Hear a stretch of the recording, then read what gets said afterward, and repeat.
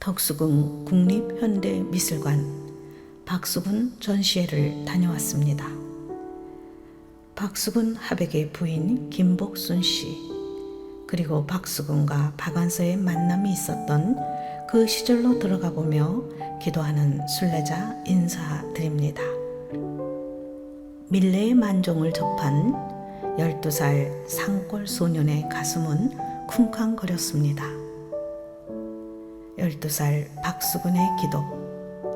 하나님, 저도 이 다음에 커서 밀레와 같이 훌륭한 화가가 되게 해 주세요. 이렇게 기도드리며 6년 만에 자신의 약속을 지켜냈습니다.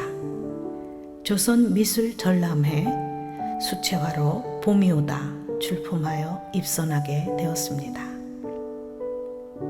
7살 때 어머니가 유산으로 세상을 뜨고 아버지의 문란한 삶에 환멸을 느끼던 12살 김복순의 기도. 하나님 아버지, 이 다음에 커서 제가 시집을 갈 때에는 우리처럼 부잣집으로 시집 보내지 마시고 하루 3끼를 조죽을 끓여 먹어도 좋으니 예수님 믿고 깨끗하게 사는 집으로 시집가게 해주세요. 가난한 박수근이 부잣집 윗집 처녀 김복순에게 청혼하는 박수근의 편지. 나는 그림 그리는 사람입니다. 재산이라곤 붓과 파레트밖에 없습니다. 당신이 만일 승낙하셔서 나와 결혼해 주신다면 물질적으로는 고생이 되겠으나 정신적으로는 당신을 누구보다도 행복하게 해드릴 자신이 있습니다. 나는 훌륭한 화가가 되고 당신은 훌륭한 화가의 아내가 되어주시지 않겠습니까? 26세 박수근 화백과 김복순은 1940년 2월 10일 금성 감리교에서 결혼식을 올렸습니다. 김복순에게 약속할 수 없다던 물질적 고생의 어려움이 지속되자 호구지책으로 PX에서 극장 간판을 그리던 간판쟁이들과 미군 초상화를 그려야 했던 시간이 있었습니다. 그때 박완서 씨, 서울대 국문과 입학하자마자 6.25가 발발하고 가장 아닌 가장이 되어야 했기에 PX 초상부에서 미군들에게 초상화 오더를 받아내야 하는 일을 하게 되었습니다. 박완서 씨가 딸리는 영어로 주문을 받아야 간판쟁이들이 초상화를 그리고 그 돈도 받을 수 있기에 아나 무인이 된 박완서 씨는 박수근을 포함한 간판쟁이들에게 이씨, 박씨 부르며 거칠고 함부로 대했다고 합니다. 그리고 거기서 박수근 화백을 만나게 되고 그 일이 박완서 씨의 삶을 송두리째 바꾸어 놓게 됩니다. 간판쟁이 수준이 아니고 선전에 입상한 경력까지 있는 박수근을 알게 되고 깜짝 놀라 자연스레 가까워지며 박수근의 인품과 그림을 알아가게 됩니다. PX에서 일한 돈을 부인은 알뜰히 모아서 창신동에 판잣집을 마련하게 됩니다. 마루를 화실 삼아 다시 그림을 그리기 시작하며 PX를 나오게 됩니다. 그러나 전업 화가로서의 삶은 호락호락하지 않았습니다. 전쟁 직후 먹을 것도 부족한 상황에서 그림을 사는 사람이 만무했기 때문입니다. 그러던 중 불행 중 다행으로 반도 호텔의 화랑에서 그림을 팔 수 있는 기회를 얻게 되는데 반도 호텔에 머문 많은 외국인 방문객은 한국을 기억할 수 있는 기념품을 원했기에 박수근은 한 달에 한두 점 팔아 작가 생활을 유지해야 했습니다. 그렇게 1957년 43세 박수근 하백은 이어지는 빈곤한 생활 속에서 제6회 국전에 심혈을 기울였던 새 여인을 출품했으나 낙선하게 됩니다. 이에 충격을 받아 안 마시던 음주가 심해지고 신장과 간이 나빠지게 됩니다. 그로 인해 왼쪽 백내장 수술을 해야 할 비용이 없어서 악화가 된 뒤에야 수술을 하였으나 두 번째 수술 중 시신경이 끊어져서 한쪽 눈 시력을 완전히 잃게 됩니다. 그 후 안경을 끼고 한쪽 눈으로 그림을 그리게 되었습니다. 박완서 씨가 말하는 박수근 하백의 PX 시절 호구지책으로 초상화를 그려야만 했던 시절을 들어봅니다. 어느 날 그가 화집을 한 권 옆구리에 끼고 출근을 했다. 나는 속으로 꼴값하고 있네. 옆구리에 화집 낀다고 간판쟁이가 화가가 될 줄 아나? 하고 비웃었다.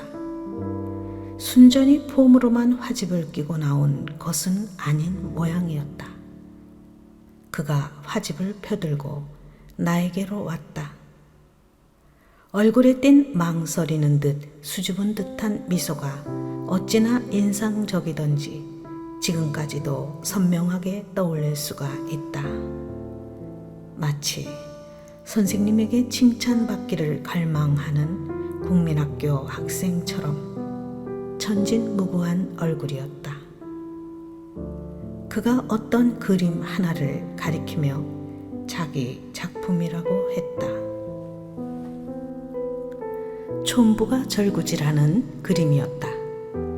선전에 입선한 그림이라고 했다. 당시 내가 일제시대의 관전을 그렇게 대단하게 여겼던 것 같진 않다. 그러나 간판쟁이 중에 진짜 화가가 섞여 있었다는 건 사건이요 충격이었다.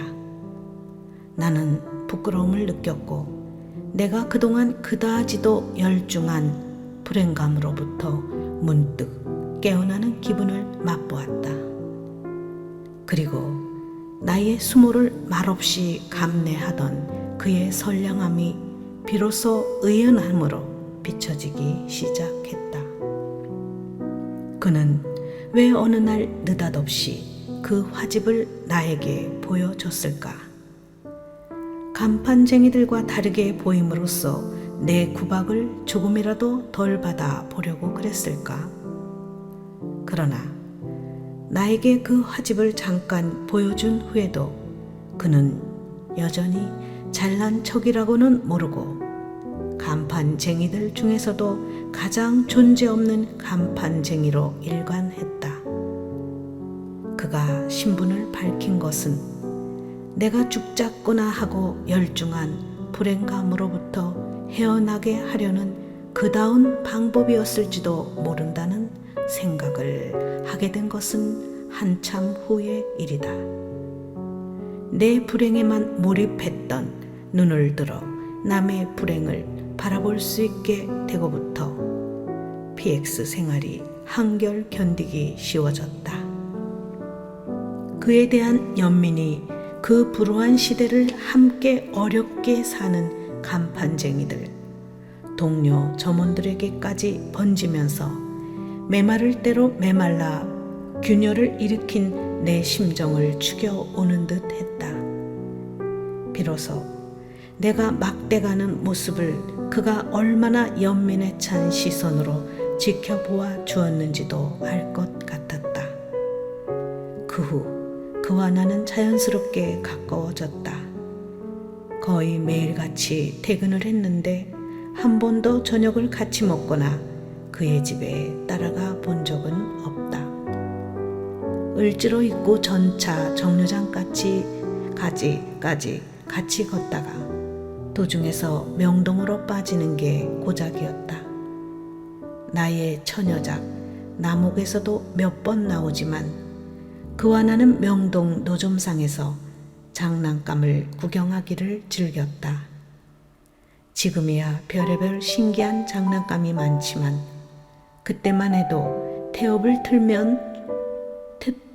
틀어주면 한참 동안 저절로 움직이는 장난감은 PX를 통해 흘러나온 외제뿐이어서 행인들이 겹겹이 둘러서서 구경을 했었다.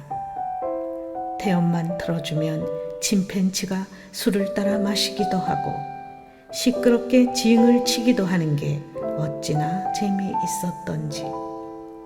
나는 배창자가 당기도록 깔깔대고 그도 빙그레 웃으면서 장사꾼한테 또 한 번 해달라고 간청을 하기도 했다. 그러다가 길에서 군밤이나 혹콩을 사서 한껏 느리게 까먹으면서 전차 정류장까지 걷기도 했고 다방에 들르기도 했다. 박완서 씨 소설 나목에 등장하는 다섯 아이의 아버지여 목이 희고 가늘고 헐렁한 옷을 입었으나 속 내의가 정결한, 말하자면 자기의 여자로서의 가치를 알고 있는 아내를 둔 오키도는 박수근 하백을 경하는 박완서 씨로 등장합니다. 두 사람의 대화 속에서 박수근 하백의 깊은 고뇌 속으로 들어가 봅니다. 그는 담뱃불을 저만치 던지고는 쫓아가서 그 둔탁한 군화로 필요 이상으로 오래 비벼 끄곤 나 며칠만 좀 쉬어야겠어. 며칠이면 될 거야. 괜찮겠지? 안 돼요. 나는 다급하게 가로막았다. 그래야겠어. 그는 한결 단호해지더니 내가 아직도 화가인가 알고 싶어. 뭐라고요? 난 아주 오랫동안 그림을 못 그렸어. 너무 오랫동안. 아직도 내가 화가인지 궁금할 만큼 오랫동안. 나는 내가 사람이 아니라는 것보다 화가가 아닌 것이 더 두려워. 화가가 아닌 난 무엇일 수 있을까? 도무지 짐작도 할 수 없어. 며칠 동안만 내가 화가일 수 있게 해줘. 아니, 그렇게 화가이고 싶으세요? 그냥 그림이 그리고 싶어. 미치도록 그리고 싶어. 정진과 몰두의 시간을 마음껏 누리고 싶어. 박수근 하백은 인간의 선함과 진실함을 그려야 한다는 다짐이 있었습니다.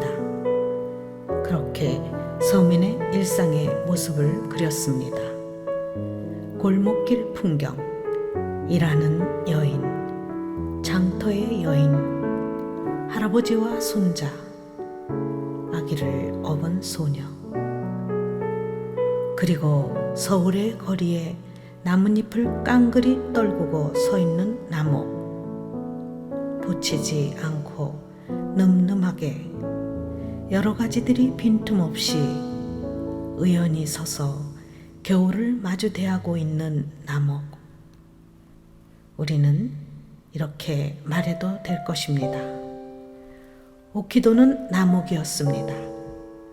온 민족이 불우했던 시절의 나목이자 그런 것과는 무관한 나목이기도 하였습니다.